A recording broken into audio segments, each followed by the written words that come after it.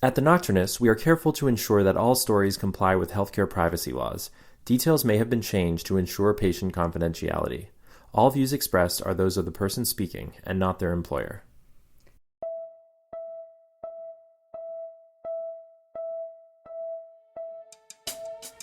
You're listening to the Nocturnist Conversations. I'm Emily Silverman. As healthcare workers, we use surgeries and medical treatments to stave off death and disability for as long as possible. But people die, and increasingly, they choose to do so at home. When my guest, Jessica Zitter, embarked on a film about hospice at home with a focus on her dying friend, an unexpected protagonist emerged: the caregiver. Caregiver, a Love Story, is the story of a man struggling to care for his dying wife. When 59-year-old Bambi decided to forego further treatment for her cancer and die at home, her husband Rick left his job to become her primary caregiver, a role for which he had no experience and little support. Jessica Zitter is a critical care and palliative care doctor, an author, a filmmaker, and in her words, an accidental activist. Before our conversation, let's listen to a brief excerpt from her newest film, co-directed with Kevin Gordon, called Caregiver, a Love Story.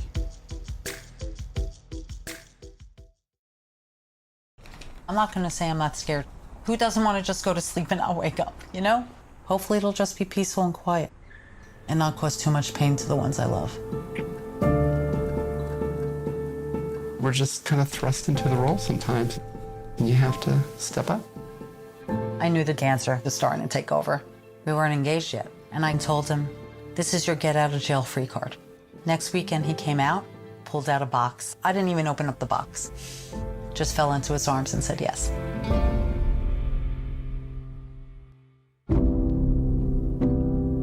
It was a pretty big decision because I basically had to leave work. How are you feeling? Are you comfortable? You're not in pain. I'm not trained for this, but this is the best thing for her. How are you? I'm hanging in there. It's a little tough, but I'm doing the best I can. I'm hoping they're going to do is raise the methadone dose a little. The decline has been more difficult than I expected. What happened? And I feel like my health is deteriorating with hers. This is a journey for the end of her life, and I want to give her the best care I can give her. It's all about love.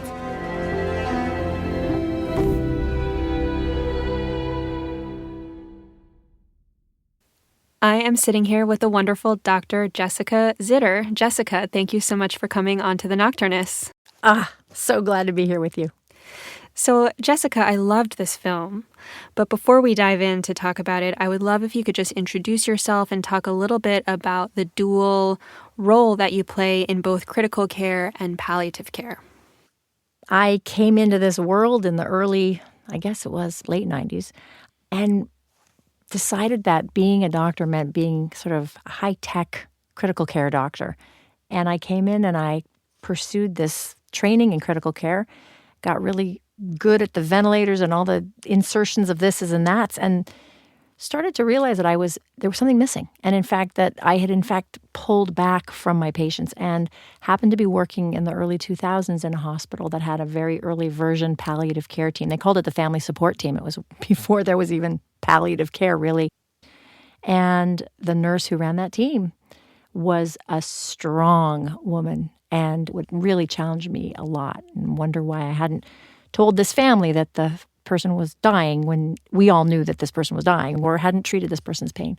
And so I became a convert to palliative care and started to practice both. I've been working at Highland Hospital since then, doing both ICU and palliative care, which gives you a little bit of whiplash. You know, you walk into the ICU, hey, are you here today as the ICU attending or are you the palliative care attending? As if there really would be any difference in what I would do or say about a patient, but that's how we all saw as like these two completely separate subspecialties. But in fact, as I've learned over these past many years of practicing them both, they're really just a blend and should be practiced together all the time. That really landed with me. I don't know. I'm having like a visceral reaction to that statement because I can totally see how showing up as a critical care doctor and showing up as a palliative care doctor would lead to different action items, and it just reflects to me how poorly the healthcare system has done in integrating our care into a single role. And, even as a hospitalist, there are moments where I kind of feel like I'm taking off my hospitalist hat and putting on my palliative care hat. Not that I'm at all like formally trained in palliative care, although I do have some basic skills, but just that feeling of, like you said, whiplash. Like, okay, well, now I'm going to shift from this way of being and this way of thinking into this other way of being, and this other way of thinking is something that I've definitely noticed on the job, particularly because when I have an impulse to sit down and have a longer, more in-depth conversation with a patient about their goals, while my hospitalist hat might be off, my pager is not off. And often it is still going off. And I'm just realizing like how little space there really is for physicians who aren't palliative care doctors to go to that mental place. And it's almost like you just need to outsource it to a completely different human being who's coming in with a completely different mindset. And so anyway, when you said that, it just really brought that into relief to me, how the lack of integration. Yes, which is the namesake of our healthcare system. Everything so siloed and so separate and so specialized, which is what's gotten us into this place that we're in right now. I say, a lot of times that almost nothing, I'm sure a lot of ICU doctors are going to disagree with this, but I think almost nothing is an emergency enough that you can't try to have some kind of an interaction before putting things into people. Of course, there are times when there's an emergency and you just don't have that time, and it happens plenty, but I think really not everything is an emergency, and it's hard. There are times when your pager's just going off too much, and you frankly just need to do that next line and not talk about it too much. One of the things that I would want for our healthcare system is to always have an interprofessional component to everything we do. Because if you're the ICU attending, if you're a hospitalist, if you're a palliative care person, doctor, nurse, whatever, the palliative care team already knows. They have that philosophy going, that it's a conversation, it's a reflection. But every other place in the hospital doesn't have that. And we have this one person whose pager keeps going off, who's stressed. And how the heck can that person really pull themselves together to stay in that moment and really help somebody make the right decisions for them? So for me, if the word interprofessional is getting floated around all over the place these days, and I'm thrilled about it. But we need to put some money where our mouths are and really start to create teams of people who are there to support the decision-making process and not just lay it on one person whose pager keeps going off.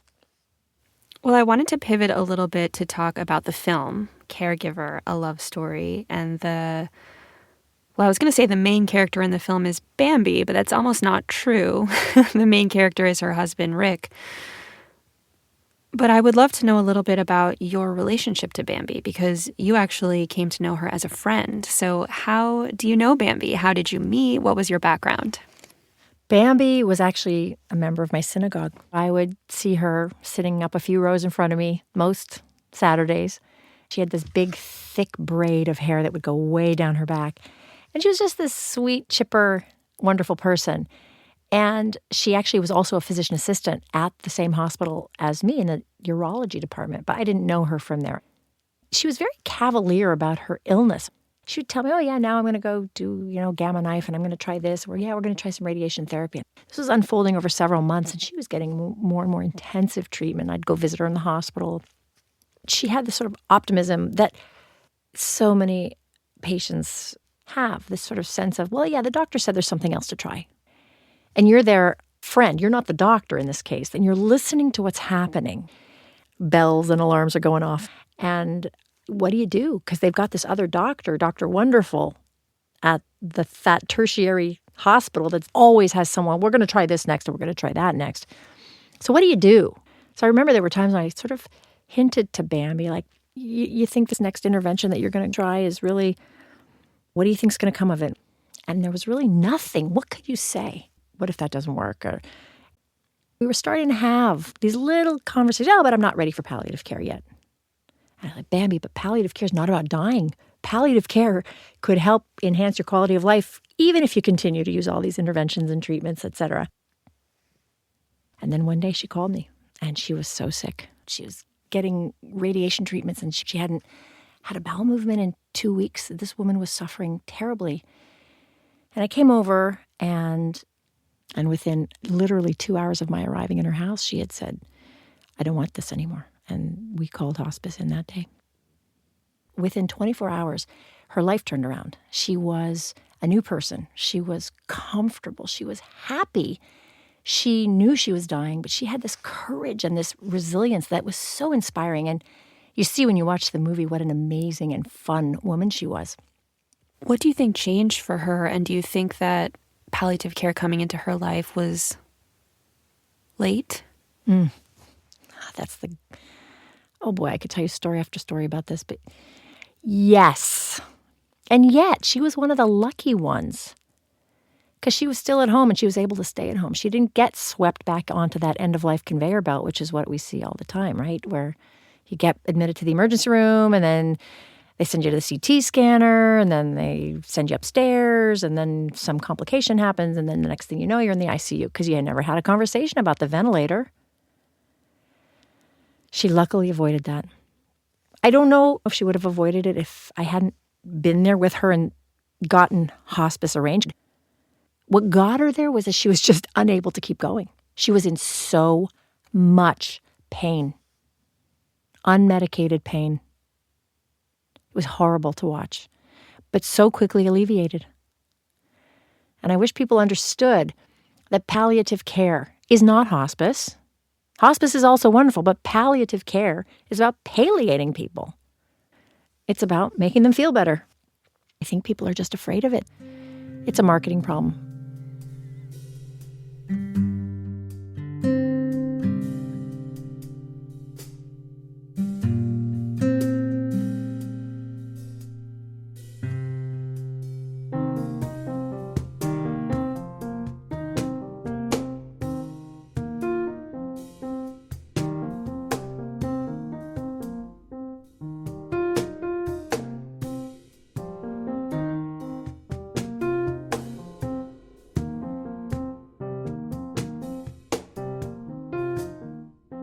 So you've produced this amazing film, Caregiver, a love story.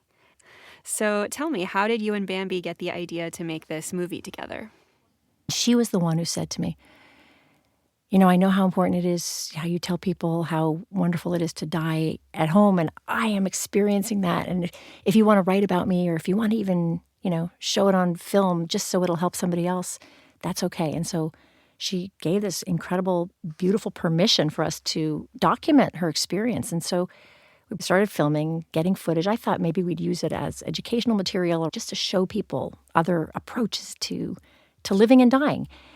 And we filmed and filmed for about 9 weeks while she was approaching the end, and then she died. And then a year after she died, I found this amazing filmmaker, Kevin Gordon, to come in and asked him to show me what we had. Is there a story here? Is there anything here? And he put together this rough cut, and I saw the rough cut, and my jaw dropped because I realized that I was telling a totally different story than I had thought. I thought it was a story about this amazing woman and a beautiful death, and it was a story about her husband. It was not what I expected at all. And in the film, there was a sentence that faded onto the screen that said something about how 80% of Americans want to die at home. And obviously, we can't die at home alone. Especially if we're sick, we need people around us to take care of us, to feed us, to bathe us, to give us our medicines, to look after us. And in this particular case, Bambi's caregiver was Rick. So tell us about Rick and Bambi's love story. Well, the thing about Rick and Bambi, when we were talking about sort of editing the film and trying to figure out how to tell the story, when we realized that there was a story to tell, my cousin, who's a filmmaker, said, You guys should think about that movie Love Story. And I don't know if you remember this from the 70s. One of the 100 most romantic movies ever. Sort of a prototype of a love story. Their story kind of unraveled that way. It's these newlyweds, they met, they were each other's second marriages. They met on an adult dating service. I don't know if that's the right exact term, and they started this life together, and they were in love. And Rick knew she had this cancer, but he didn't really know what it meant. I've heard him say, I thought we'd have 20 years, And so when they realized that she was dying, it took him a while to come around to saying that he could imagine a hospice experience. He sort of had this vision of them continuing to fight against all odds in this sort of romantic Hollywood version. He didn't realize he was entering into a role as a caregiver. He thought, well, I'm her husband.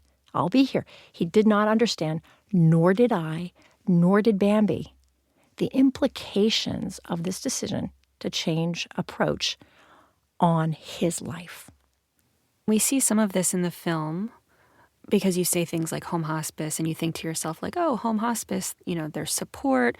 But Rick narrates that really all that means is once a week a nurse will come and 3 times a week an aide will come.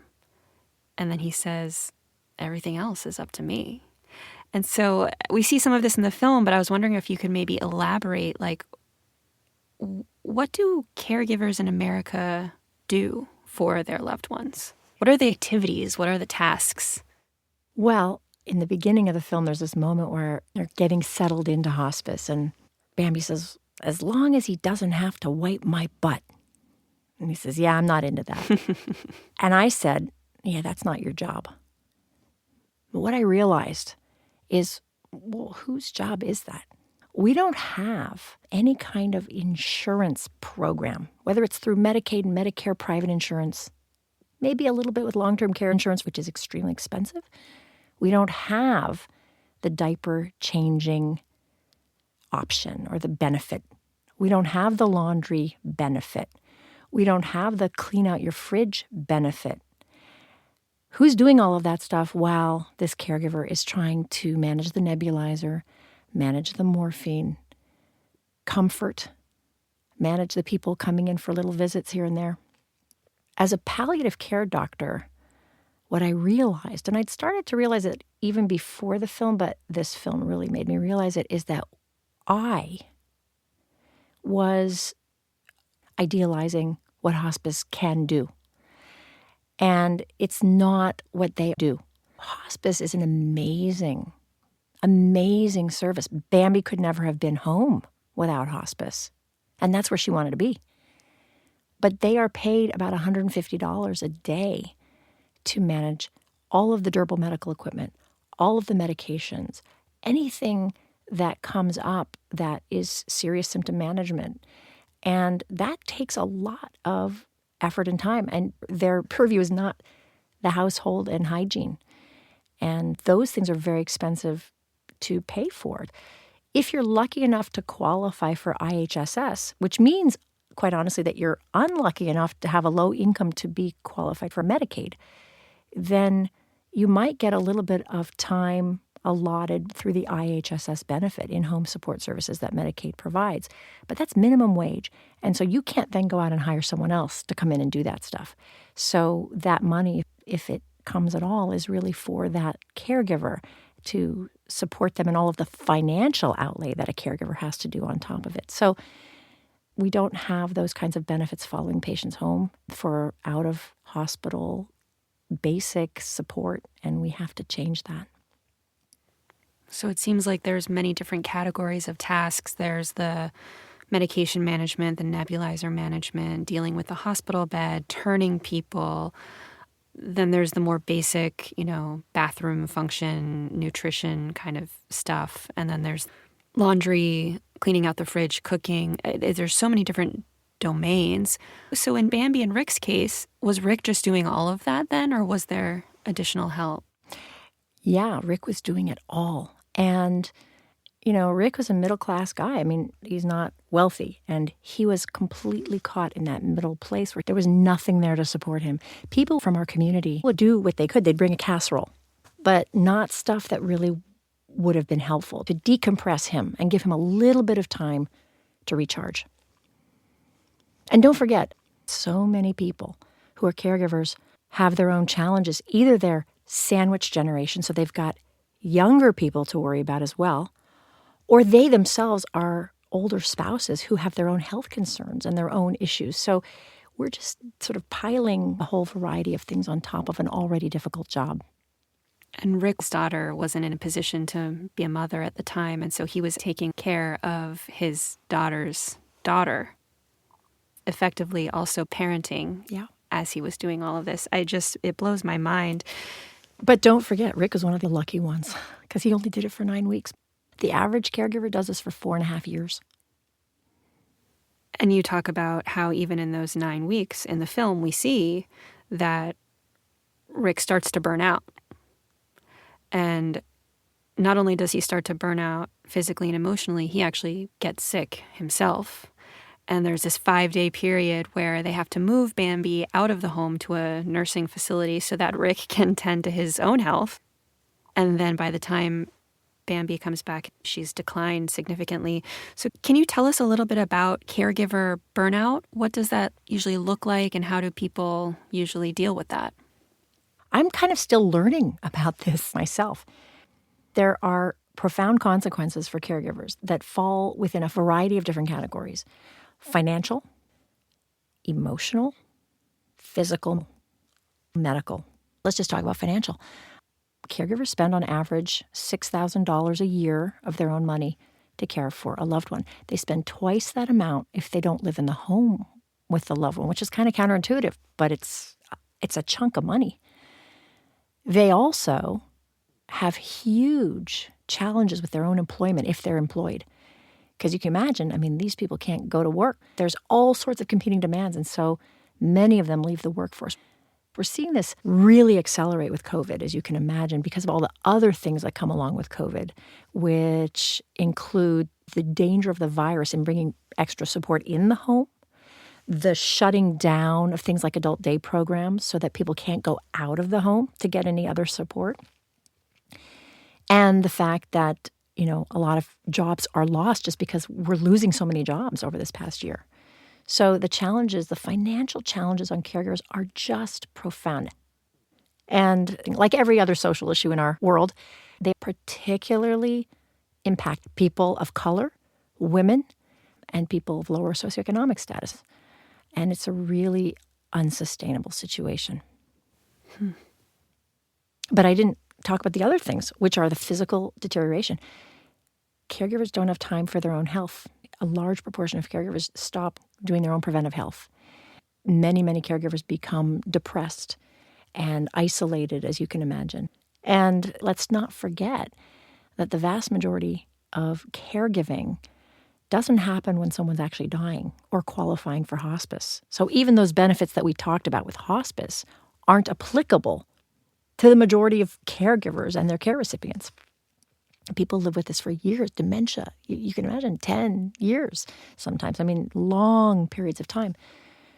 So there's a statistic, I believe, and I hope I'm correct, 30% of dementia caregivers die before the care recipient,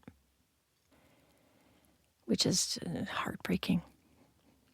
It's heartbreaking, and it's not surprising at all. Just speaking from personal experience, my mom has dementia. And my dad has been taking care of her, and he's fortunate enough to afford additional help in the home. But even with the additional help, I've watched him age, way more than he normally would. And I guess one of the questions that I'm wondering now, because you said, in the last line of the film, it says there is no plan for how to support caregivers right now, which begs the question for me, is this problem new? 20 years ago, 50 years ago, 100 years ago, why weren't we talking about this? And I think there's something about modernity that's playing into it. And so just wondering if you have any thoughts on that. Oh, yes. Yeah, I think it's a new problem. If you think about the demographic shifts that are happening, first of all, people are living longer. And with that comes disability, chronic diseases, dementia. I think dementia rates are estimated to have doubled between 2014 and 2050. Doubled. And the family has changed. Baby boomers are aging rapidly, so there's this huge number of people who are requiring care. But at the same time, we've had smaller families, so there's fewer people per person requiring care to do that work. Smaller families scattered over the country in ways that we haven't been before. More debt. All of these are understandable reasons why this problem is just continuing to accelerate. Yeah, I think the point about people living longer is a really key point because, I don't know, I feel like whenever I'm in a big city, I see a bus go by and there's a poster on the bus that's like, what if we could eradicate disease? Nobody's talking about the flip side of this. Like if we eradicate heart disease and if we eradicate cancer and if we're, chipping away at the problem of dementia, how does that play out for society? And I'm wondering, have you thought at all about how we might address that, whether it's some kind of, policy change or how do we play out that future and then come up with a plan to meet that challenge? This problem is a multi-system problem. It doesn't start or end with the healthcare system. It doesn't start or end with employers. It doesn't start or end with communities, faith communities, etc. And it doesn't start or end with legislators. But all of these groups have to come together, like any movement or any sustainable change, to integrate the efforts of each of these systems to do better and to connect to each other so that we create that safety net that these family caregivers need and deserve. It also takes change from the top, even though there isn't really one top, there's all these different systems. But when you have someone coming in like Joe Biden, who was a caregiver for many, many, many years to his two young sons when his daughter and wife died, and then to both of his parents, and then to his son. He had hospice in his home, I believe, for both of his parents. This man deeply gets what it means to be a family caregiver, and he is coming in with a plan. I believe it's $775 billion plan to overhaul the approach to supporting caregivers. I've heard a couple of different people speak about it who really feel that there's something hopeful here in his plan, that it really feels nuanced and robust in a way that a lot of things haven't in the past. But still, even with great legislation coming out of Washington, there's just this morass. You have to be really savvy to figure out where to go and where to get things and put a plan together for your family. It's not easy to navigate. And all of this is going to take a lot of coordination and a lot of heart and a lot of legislation and a lot of money. I'm glad you brought up money. I've been thinking a lot about some of the ideas that Andrew Yang has actually brought up in our politics, talking about work and the future of work and types of work that people in America do and the types of work that are valued and rewarded and paid and the types of work that are not, and how one of the types of work that is not valued or rewarded or paid, perhaps, arguably, is caregiving. Should caregivers just live at home and care for their loved ones because that's what you do, because that's what family is, that's what love is, and should that work just be accepted as free? Or do we think about caregiving as something that we should be paid for? I don't know. For me, it would feel really awkward to kind of say, well, I'll care for my mom if you pay me. I don't want it to sound like I don't value my mom. But at the same time, that labor is worth something. So I don't know. How do you think about this? You're not the person who should be asking to get compensated for that work. But we as a society should be compensating you for that work.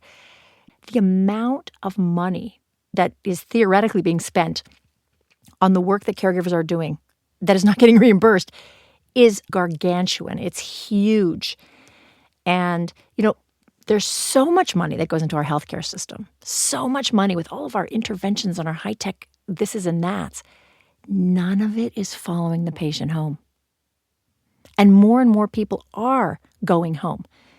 2017 was the first year in over 100 years where more people died at home than in the hospital. And that's a good thing because that's where people say they want to be. But the money's got to follow them home. And people like you or Rick or anybody who's doing this job, this loving job of caring for someone, should never feel guilty asking for help in that incredibly difficult work. I mean, people feel this shame and this guilt, but I'm her daughter. I should be doing this out of love, or I'm her husband. The fact is, not if it's going to break you. Your mother wouldn't want that. Bambi didn't want that for Rick. We shouldn't want that as a society for all the family caregivers because we are all going to be family caregivers. We are all going to get called on to do this work at one time or another. And I can imagine so many papers coming out talking about the cost-benefit analysis. You're right, our healthcare system is being pumped with money.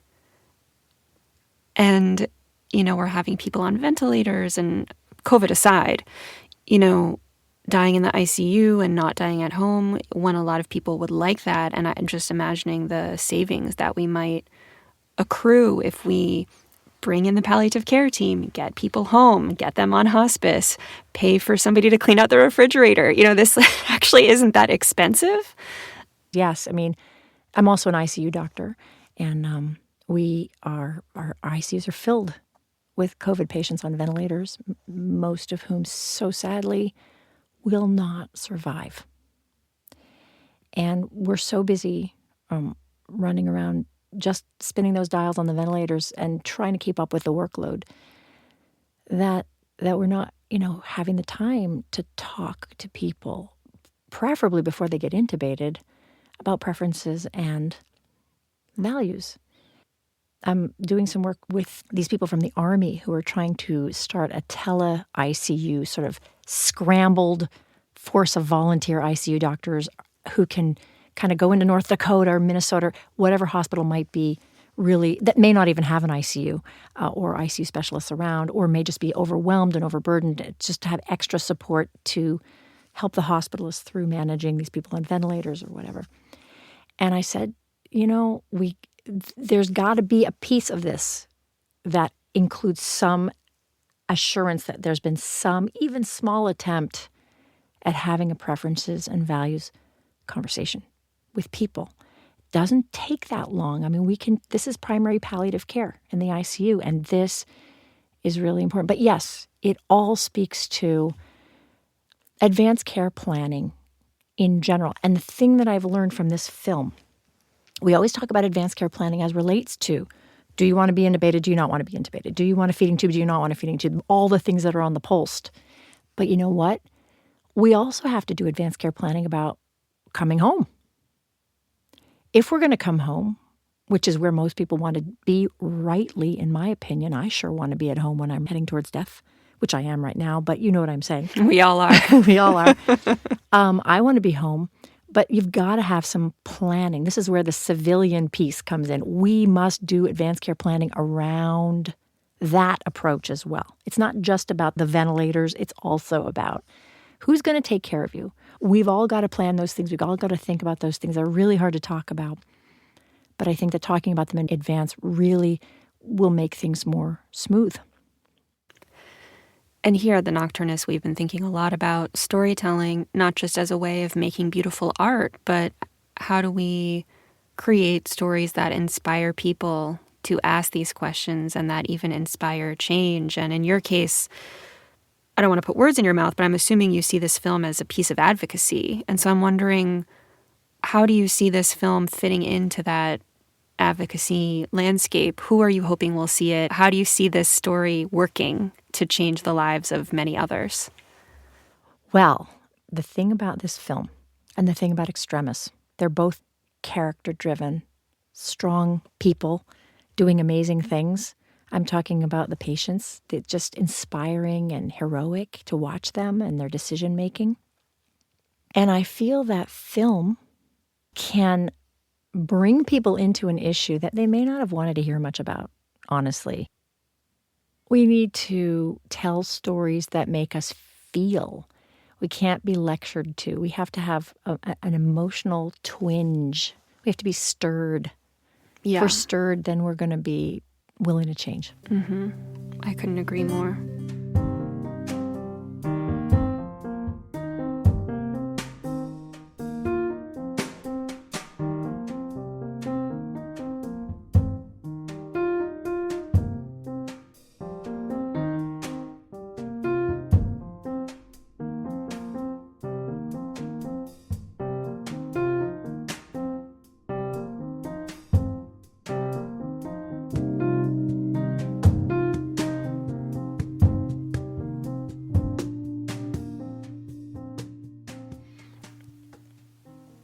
When the topic of caregiving comes up, there's a common refrain that we hear from family members, which is, I don't want to be a burden.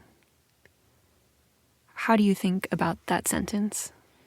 I spend a lot of time speaking around the country about death and about advanced care planning and decision making and thinking about your goals, etc.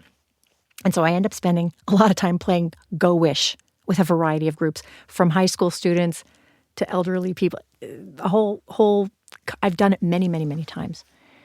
And I have been struck by, if people don't know what it is, it's a game of cards. You pick the things that are most important to you. And I am so struck. I've noticed it time and time again that a large percentage of people choose that card.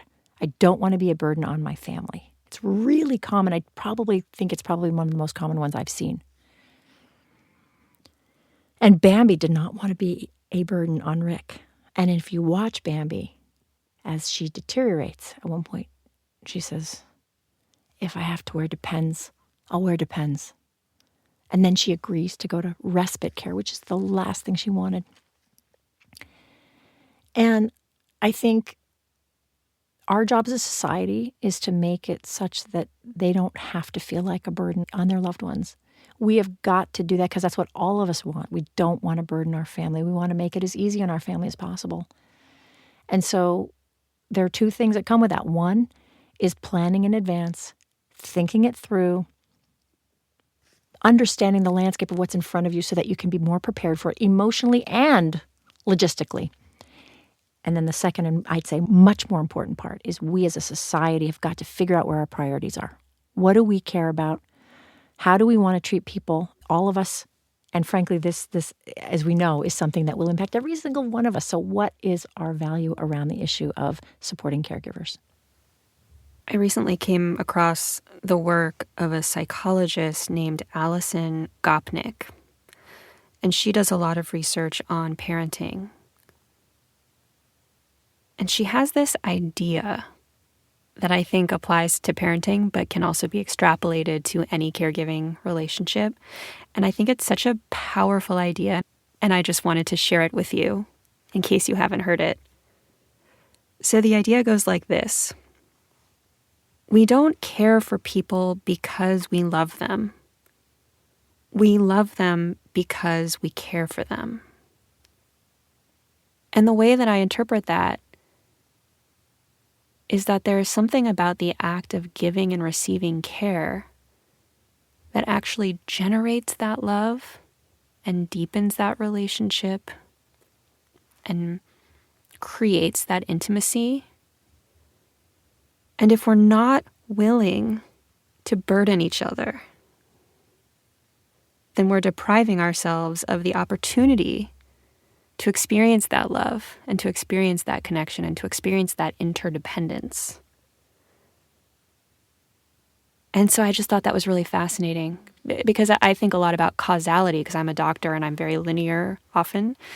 And so, naturally you might say like, I love my daughter, therefore I will take care of her. Or, I love my grandmother, therefore I will take care of her. But the idea that you could just decide that you're going to take care of someone and then in doing so fall in love with that person is just so powerful to me. And so I just wanted to offer that and see if you had any thoughts on that.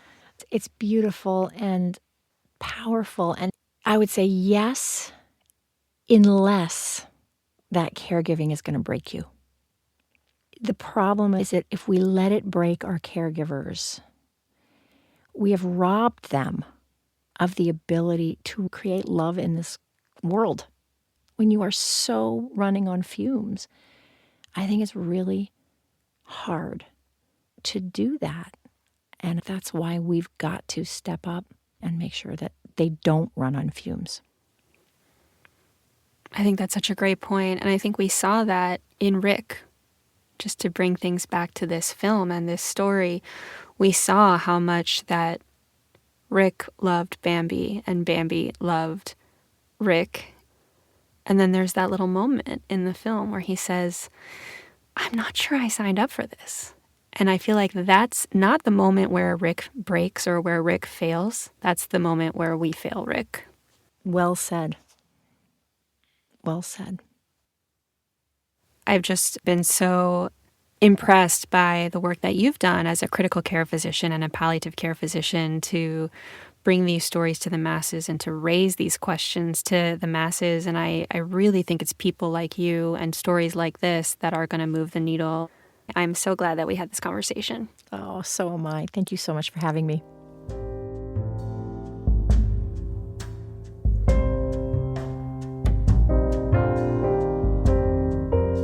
That's our show. This episode of The Nocturnist Conversations was produced by me and Adelaide Papazolo. Thanks to Jim Lively from Outpost Studios in San Francisco. Thanks also to executive producer Ali Block, head of story development Adelaide Papazolo, and director of operations Rebecca Groves. Our original music was composed by Joseph Monroe, with additional music from Blue Dot Sessions. The Nocturnist is made possible by the California Medical Association, the Patrick J. McGovern Foundation, and people like you who have donated through our website and Patreon page. Thank you for supporting our work in storytelling.